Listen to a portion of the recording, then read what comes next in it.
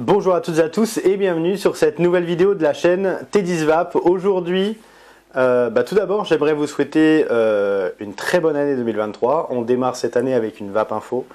Je vous présente évidemment mes meilleurs vœux.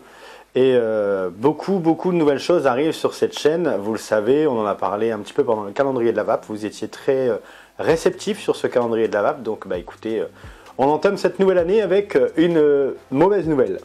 La Vape Info du jour concerne les puffs. Vous avez certainement suivi l'actualité et vous êtes au courant qu'il y a une taxe dissuasive qui est en pourparlers à l'Assemblée pour faire en sorte que les puffs soient beaucoup plus chères et donc moins attractives.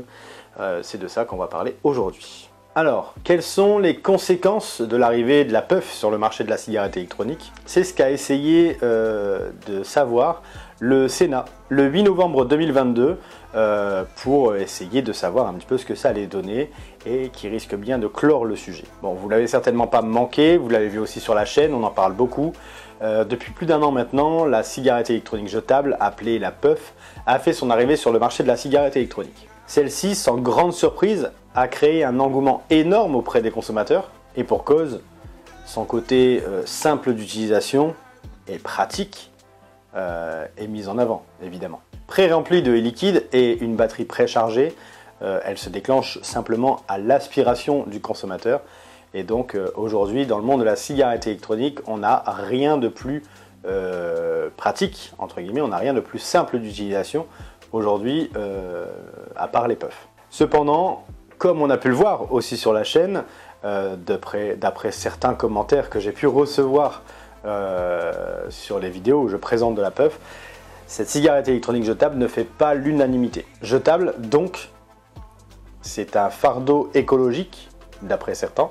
On lui reproche aussi d'être utilisé par un public trop jeune, et vraiment parfois beaucoup trop jeune. Et c'est ces deux arguments-là qui ont fait en sorte que la politique se penche sur le sujet de la puff. Aujourd'hui, le prix de la puff, de la cigarette électronique jetable, varie entre 6 et 10 euros l'unité, ce qui la rend facilement accessible à tout public. Et le moyen de distribution, comme vous avez pu le voir sur certaines vidéos où je le présente justement, beaucoup trop accessible par le public jeune. C'est pourquoi le Sénat, le 8 novembre 2022, a voté une taxe dite dissuasive dans le projet global de finances de la sécurité sociale 2023. Pour les sénateurs, l'arme fiscale est la seule arme valable aujourd'hui pour dissuader le public jeune de se procurer ces puffs. Cette taxe proposée par Catherine Procaccia, députée LR du Val-de-Marne, viserait à accroître conséquemment le prix de la puff, tout simplement. Une proposition de 6 euros par millilitre a été faite, justement. Avec une telle augmentation, on peut dire que ce sera la fin de vie de la puff, assurément. Cependant, cet amendement a été émis contre l'avis du gouvernement, et c'est pour cela que ça remet en cause sa durée de vie. En sachant justement que le projet de loi de finances a été adopté par l'article 49 alinéa 3 de la Constitution et donc que la Première ministre est totalement contre cet amendement de taxe dissuasive sur la cigarette électronique jetable, il y a de très fortes possibilités pour que ça ne voie jamais le jour. Pour le moment, la décision du gouvernement d'Emmanuel Macron est donc de patienter et d'attendre que l'Europe prenne le sujet en main. La puff est donc pour le moment épargnée d'une éventuelle taxe dissuasive, en tout cas pour le moment. D'autres pays n'ont pas attendu de décision de l'Europe pour y apposer des taxes, et ce même sur des produits de cigarettes électroniques traditionnels. Pour le moment en France, la TVA, taxe de valeur ajoutée, s'applique à hauteur de 20% sur le monde de la cigarette électronique. Néanmoins, il existe des taxes qui s'ajoutent à la TVA dans certains pays de l'Union européenne. En Italie, par exemple, 4 euros s'appliquent en plus de la TVA pour un e-liquide de 10 ml. Au Portugal, c'est 3 euros qui s'ajoutent à la TVA pour cette même fiole de 10 ml. Et en Hongrie, c'est 2 euros qui s'ajoutent pour 10 ml. Il faut rappeler que pour le moment, la cigarette électronique est le moyen le plus sûr et le plus radical pour pouvoir arrêter de fumer, pour le sevrage tabagique et surtout le sevrage nicotinique. Elle est approuvée par bon nombre de personnes, vous savez, l'Académie de médecine, etc., puisqu'elle a été reconnue 95% moins nocive que la cigarette traditionnelle.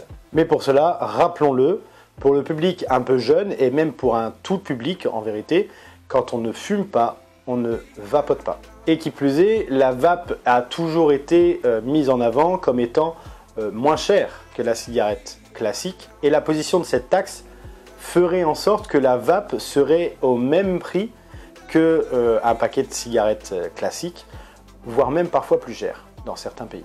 Et donc c'est quand même assez alarmant de voir ce genre de choses, de pouvoir potentiellement réfléchir à une taxe, surtout que le gouvernement envisage un avenir sans tabac. Enfin, toujours est-il que vous connaissez mon avis sur la puff. Pour moi, ça reste un moyen hyper efficace et hyper accessible pour le monde de la vape, et donc c'est pour moi un tremplin.